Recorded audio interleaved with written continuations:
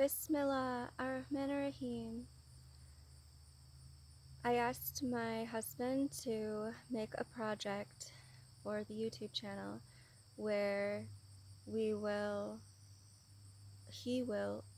tell the stories of old men from the revolution, and it must be men who have their life behind him, not men who have their life in front of him. We want to hear from the men who have their life behind him, the older men of the revolution. This is so important because there's no feeling like the feeling of an old man when you are younger, and it's the feeling of fathers. There's nothing like the feeling of an old father or a grandfather. It's not the same when it's a young man. So today I have two papers to read. These are papers.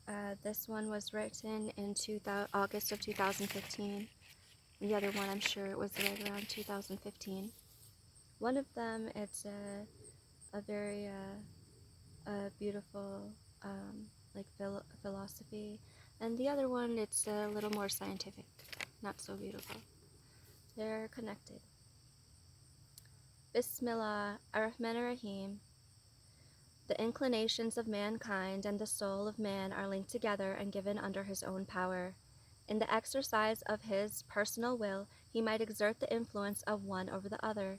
His ability to control himself in action is reflected by his keeping of his personal power over his inclinations and the inclinations of his soul, the phenomenon of his ultimate inheritance. Every man comes to this world to be engaged by it, and to be engaged by the aggregate of men in it. His personal power over himself alone has truest significance. The engagement of the man by this world and the aggregate of its men test his strength at his core of being. He may dictate his own inclinations, yet they are subtle and unannounced unto themselves, and so they regularly act without notice. His soul is put into his own powers, where he must keep it, enduring all influences which are exerted onto him, both plainly or cunning, for his protection of himself, a lone soul amongst all of it.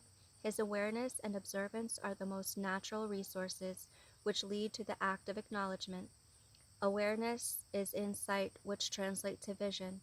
Observance is in vision, which is sustained by tracking by sight. Awareness is made more enduring, thus it is renamed the act of observance. Once awareness and observance come across signs, it is from signs that manifest what can be acknowledged or known, a neat, orderly history of which is the reservoir of knowledge. Judgment is not the vocabulary for an opinion nor estimation. Judgment is a powerful device at the disposal of the soul. Every judgment that is made by a man is not a superficial endeavor of his own. It is a sign from which his soul has signaled. To any audience or none of witness except Allah, rarely would judgment he makes be sent into the awareness of others, nor the observance of others apart from the avidly intimate companions of his. Thus, while the judgment of the man is a powerful sign from his soul, it is hidden and shielded by a mighty power. This power is amplified when men work together for a cause. The personal will of each man can be noticed in his inclinations, so a link to his soul signs might be told of there. Do you know that without gaining history, your life is devoid of meaning?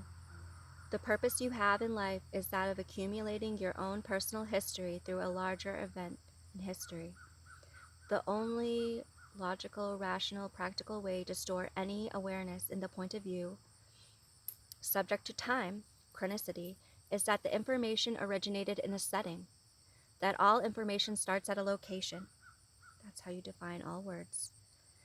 As a consequence of very abstraction-dependent way of descriptions with interrelationships, a cue for the direction of storage, it's partially removed from an immediate locality. Vocabulary is gained from moments of localness that contain the meaning origin. I could not store the details of a location as exclusive to the location because when the patterns are repeating, chronic, therefore I extracted some specific details and stored it as a metadata, a pattern, where the chronology became detached from the info, but not from the place. I go around with all this metadata, but the locations are the real structural information that I need for integrity of information, the time and place.